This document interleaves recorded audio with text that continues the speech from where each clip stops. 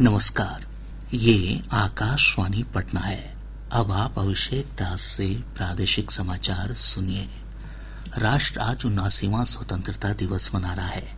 प्रधानमंत्री नरेंद्र मोदी ने दिल्ली में ऐतिहासिक लाल किले पर राष्ट्रीय ध्वज फहराकर स्वतंत्रता दिवस समारोह का नेतृत्व किया। इस अवसर पर राष्ट्र को संबोधित करते हुए प्रधानमंत्री ने ऑपरेशन सिंदूर के नायकों को नमन किया। उन्होंने कहा कि ऑपरेशन सिंदूर देश के सैन्य बलों के साहस और शौर्य का प्रतीक है। श्री मोदी ने कहा कि पहलगाम आतंकी हमले को लेकर देश के हर नागरिक में आक्रोश था और ऑपरेशन सिंदूर उनके आक्रोश की ही अभिव्यक्ति थी। उन्होंने कहा कि भारत परमाणु हमले की धमकी से डरने वाला नहीं है। प्रधानमंत्री ने कहा कि भारत दुश्मनों को करारा जवाब देने के लिए हथियार प्रणाली सुदर्शन चक्र मिशन शुरू करेगा। प्रधानमंत्री ने आत्मनिर्भर भारत को विकसित भारत का आधार स्तंभ बताया। उन्होंने रक्षा, प्रौद्योगिकी, ऊर्जा, अंतरिक्ष और विनिर्माण क्षेत्रों में देश की प्रगति का उल्लेख किया। श्री मोदी ने कहा कि वे किसानों और मछुआरों के हितों की रक्षा के लिए मुस्तैदी से डटे हैं और देश उनके हितों के साथ कभी कोई समझौता नहीं करेगा। प्रधानमंत्री ने 1 लाख करोड़ रुपए की लागत वाली रोजगार योजना शुरू करने की घोषणा की। इसके तहत नवनियुक्त युवाओं को 15,000 रुपए प्रति माह मिलेंगे।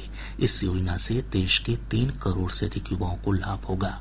प्रधानमंत्री ने आगामी दीपावली तक जीएसटी सुधार शुरू किए जाने की घोषणा की। इसका उद्देश्य रोजमर्रा की वस्तुओं पर कर की दरें कम करना है। श्री मोदी ने कहा कि वर्ष के अंत तक भारत सेमीकंडक्टर चिप का निर्माण शुरू करेगा, जो भारत की प्रौद्योगिकी क्षेत्र की एक महत्वपूर्ण उपलब्धि होगी।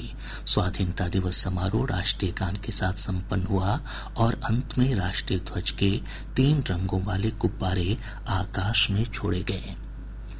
स्वतंत्रता दिवस पर पटना के ऐतिहासिक गांधी मैदान में आयोजित मुख्य राजकीय समारोह में मुख्यमंत्री नीतीश कुमार ने राष्ट्रीय ध्वज फहराया और परेड की सलामी ली।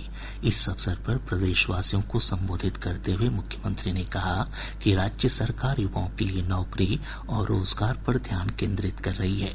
अगले 5 वर्ष में नौकरी और रोजगार के 1 करोड़ अवसर सृजित किए जाएंगे। मुख्यमंत्री ने बिहार लोक सेवा आयोग और अन्य परीक्षा संस्थाओं द्वारा आयोजित प्रतियोगी परीक्षाओं के प्रारंभिक चरण की फीस कम कर मात्र 100 रुपए करने की घोषणा की।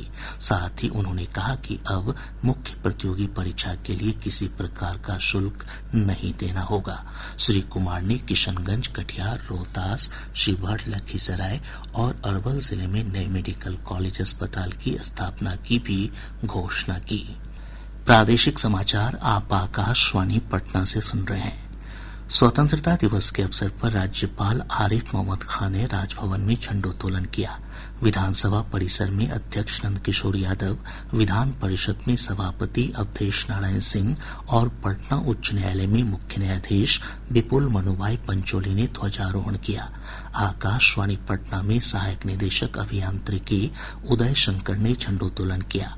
भाजपा, जदयू, राजद, कांग्रेस और वामपंथी दलों समेत विभिन्न राजनीतिक दलों और संस्थाओं के कार्यालयों में भी इस अवसर पर ध्वजारोहण कार्यक्रम आयोजित किए गए। जिला मुख्यालयों में आयोजित समारोह में प्रभारी मंत्रियों ने झंडोत्तोलन किया।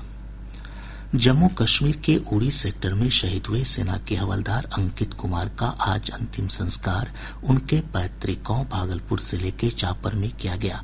बाढ़ प्रभावित इलाका होने के बावजूद उनकी अंतिम यात्रा में हजारों की संख्या में लोग शामिल हुए। इसके साथ ही आकाशवाणी पटना से प्रसारित प्रादेशिक समाचार का ये अंक समाप्त हुआ।